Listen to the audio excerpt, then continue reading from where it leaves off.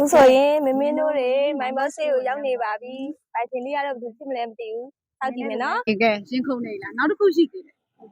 တယ်နောက်တစ်ခုတည်းလို့ပြောလိုက်တယ်ဟုတ်လားနောက်တစ်ခုပါဘူးတဲ့မမျော်လင့်နေတဲ့မျော်လင့်နေတဲ့တကယ်နော်တခါလည်းပိတ်တာပန်းသီးဘယ်နှစ်နှစ်တည်း23နှစ်ပေးခိုင်းတဲ့လူကတိတ်တာဘာတူတော့ကောင်းလေးကပါမိုင်းမွားကြိုက်တာဟုတ်ပါဒီမှာပဲကြိုက်တာတနည်းတော့ပဲရှိသေးတယ်နိုင်ရအောင်နောက်တစ်ခုရှိသေးတယ်ဟုတ်တယ်ပန်းသီးတွေပါရင်ပါဘူးလားမျော်လင့်နေကြံသေးတယ်နောက်တစ်ခုတည်းလို့ပြောလိုက်တယ်ဟုတ်လားနောက်တစ်ခုပါဘူးတဲ့မမျော်လင့်နေတဲ့